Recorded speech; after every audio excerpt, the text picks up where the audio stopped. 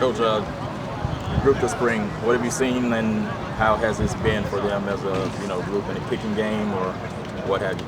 Yeah, so since I've been here, I think this was our best spring yet. Brock got through the spring completely healthy. Some of the past springs I've been here, he's been dealing with some knee soreness, some hip soreness, stuff of that nature, but he had a great spring. He charted really well.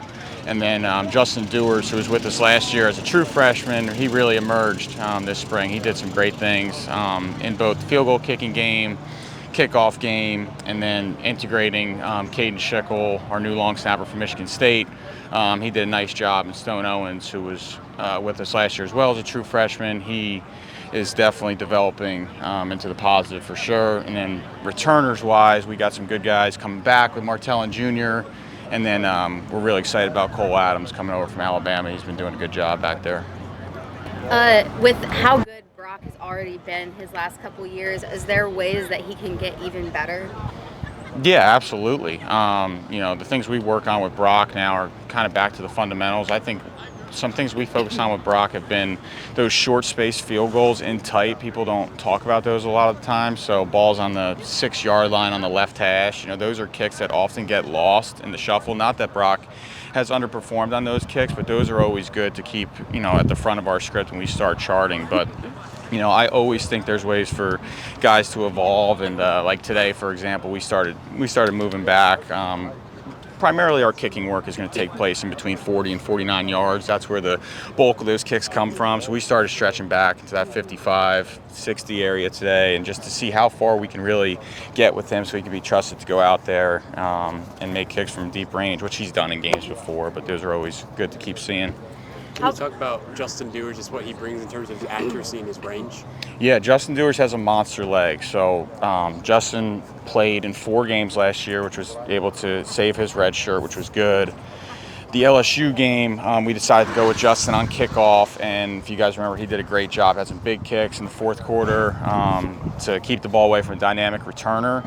And then we're just working on with Justin is just making sure his ball flight doesn't get too high when he starts to get further away, because sometimes that's when the ball's up there for so long, it'll come up short. So we're trying to work with Justin on driving the ball so he can be consistent from that 55 to 60 range. But from an accuracy standpoint, Justin last fall camp struggled a little bit, like any freshman kicker would at this level, and he has turned it on this spring. He's had a great spring. All the scrimmages that he's been in, he's been 100%, so knock on wood there for the spring game. But yeah, he's done a great job.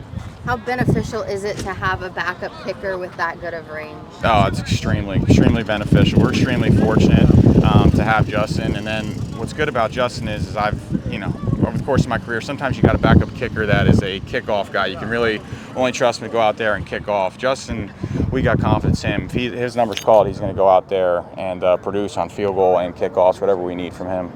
I know you mentioned the return game, having Martell Hyde back, and seeing Cole Adams take some reps there also this spring.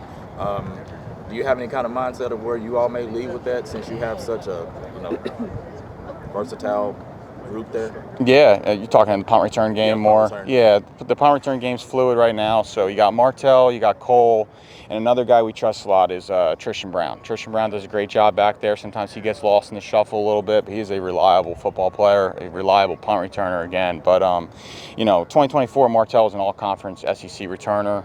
Last year, we didn't have the best success on punt returns, so our primary focus is right now, we know Martell and Cole can both do it for us at a high level. Our primary focus this offseason has been on just evolving our techniques in the blocking game. We got to be better. Me and Coach Lepak spent a lot of time on different drills, different guys to evaluate in the hold-up process there, but we definitely see Martell and Cole both getting action and both being trusted back there. I don't think they're here yet, but what's your outlook on the punt game this year and flipping field position going into this fall? Yeah, so the past 2 seasons I've been here, we've had the Australian punters with Nick Haber and Jesse Mirko. Both did an excellent job for us. Statistics show that. and Jesse's doing a great job in the CFL, and Nick is hopefully gets an opportunity here soon, a couple weeks. But this year, you know, we changed course and went with an American punter from South Dakota, Tyler Ebel. We're really excited for what he brings to the table. He's going to be here full swing when we get back after this break in May. Tyler's a big dude that can kind of do it all, a lefty, which is rare for teams to prepare against. We're super excited to have that.